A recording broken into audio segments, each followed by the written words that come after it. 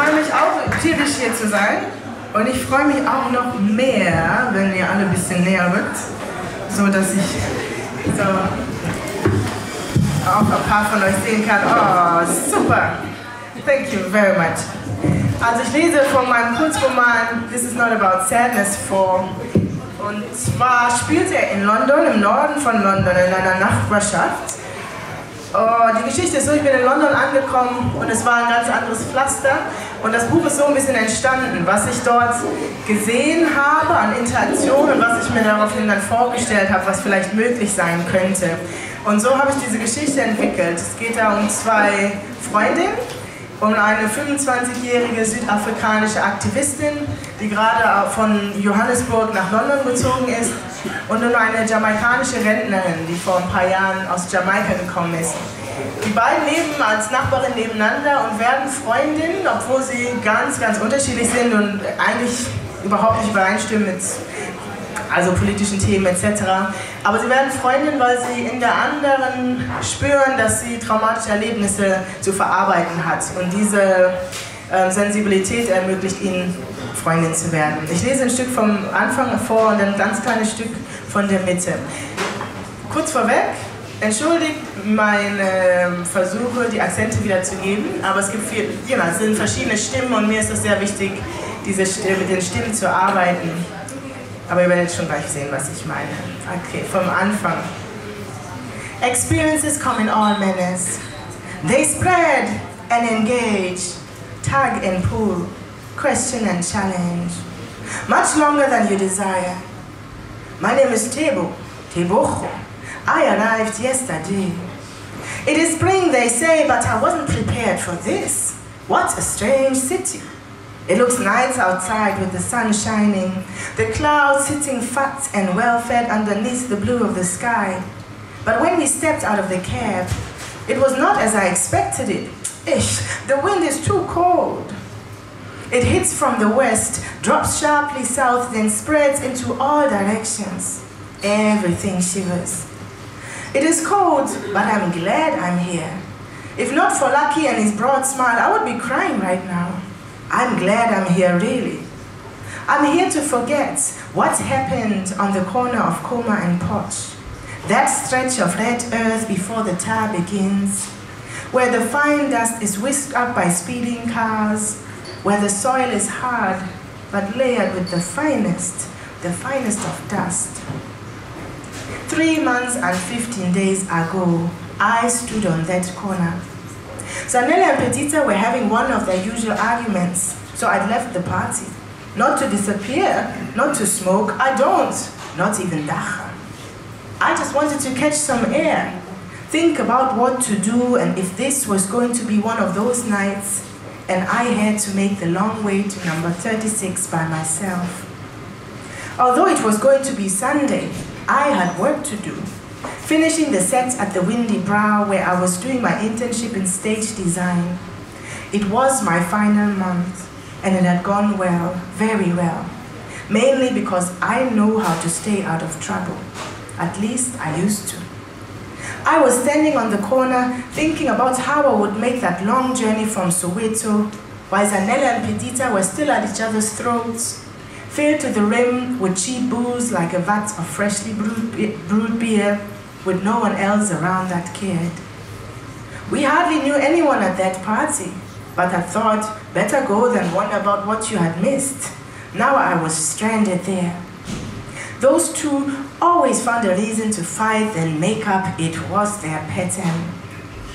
One time they had driven off without me, still shouting, and only in the morning did they remember that they had left their best friend to beg for a bit of space in other people's overcrowded cars. I stood on that dusty corner, only for a few minutes. When your life changes, you cannot foresee the impact. But when it does, the things that happen are unstoppable. Like the dust, they get carried away with the current. Like the wind, they bury themselves deep in your bones, and slowly, from the insides out, you start peeling away. Your old self stripping off all that was truth, one layer at a time. Never to be innocent again. My name is Teboho. I arrived yesterday. Well, she came one day, small and fragile. Pretty little thing, but you think she can carry bricks, so I never want to talk to her. Me I just sitting in my front room looking out of the window. Meaning need no young little thing to tell me how the world must run. Nah. She always got something to say. Asking, always asking. Then her eyes look upon me like she never gonna see me again. Her big eyes. Like she want to find something on the bottom of the well. Me, well, very well, but no well, no sir. She worked hard, man. She could have worked hard. Drug all of the old things out of the house, clear the garden all by herself. It was an accident. Everyone says so.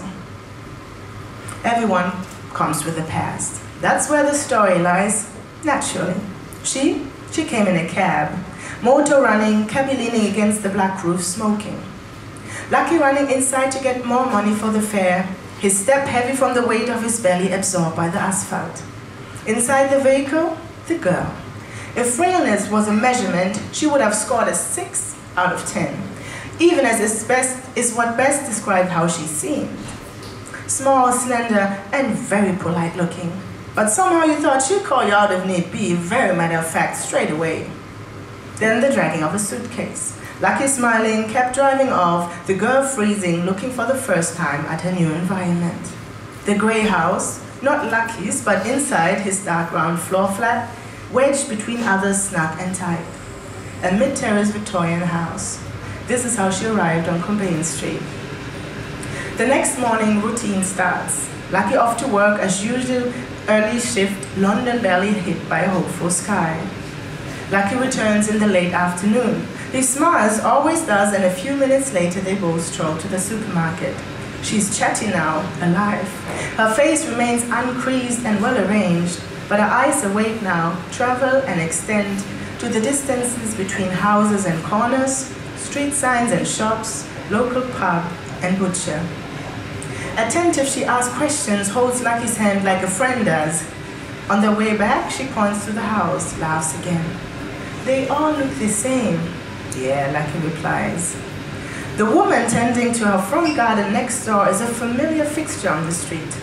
Bent over, she's big-boned and hunched permanently. They speak. Lucky introduces the girl, but the woman's lips hardly move. In her hand, a small scoop. She keeps her eyes on the bit of soil between the pavement and the flagstones in front of the entrance to her house.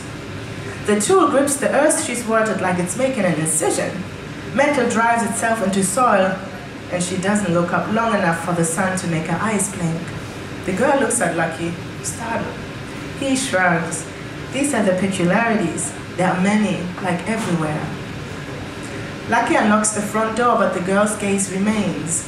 Her hands grab the woolen cardigan she wears and wraps it tight. The close-knit fabric still allows the coolness to penetrate. There is no force in the air, no wind, still there's a chill. She floats almost within its stillness, suspended for a moment, time and space foreign, keeping her at a distance, the new environment lodging on her skin. Later, this will become a normality, an observation no longer being made, but a casual encounter with the street, the house, the front yard of her new home. She watches the woman with her tools. The gardener has moved on already, her thoughts carried away from the dirt and much further than the girl a few meters away. Leathery her face, a thin type and smooth like fine suede, of course without the fuzz. The girl can't pull herself away. In the bubble created by the confusion of her internal body clock and the new impressions, she's stuck, glued to the very spot she's standing on. The woman's hands are moving, scraping, tugging, weeds are piled neatly, the flagstone framed on all corners by brown alone. Lucky calls from the inside. The girl follows him, then turns around again. A beautiful flower bed you have here. Immersed in her work, there's a faint, so well cared for I can see. The woman is returning to her work, her back square and solid, warding off. You must be, but there won't be an answer.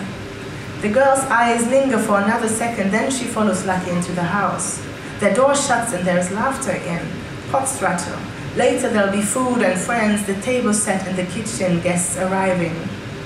Next door, the woman, the gardener, the one with no speech for the girl, she's on the bed, her feet dangling slightly in the air. Her day has been divided between the front yard and the inside of her flat. The washing neatly folded on the chair in the bedroom. She will put it away another day. Tomorrow, perhaps, when there are more hours of the same week broken by the visit to the church, she herself won't make. Her night is restless on the single bed. She tosses right and left, her gown tangling with each move. Her eyes squint now in a way they did not in the afternoon when the neighbors passed. Now they stare into the dark room, asking for the lid to temporarily close on her consciousness. She sleeps lightly, scurry dreams keeping her always just above the surface. In the morning when she rises, there's a sore spot on her lower back. There the mattress left an impression, the undressed. I never know how she comes sitting on my garden. She always talk, always. Me never have nothing to say. Where me I say? Little thing she is, why she gonna have to talk to me? Me just mind my own business, I'm nobody. I know all of them think me crazy or something. Make them talk. Me no do nothing to nobody. So das ist vom Anfang des Kurzromans.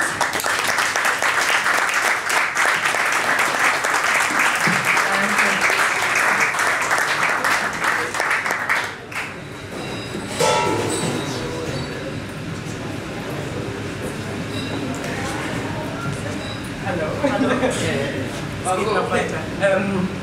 Könnt ihr nochmal applaudieren?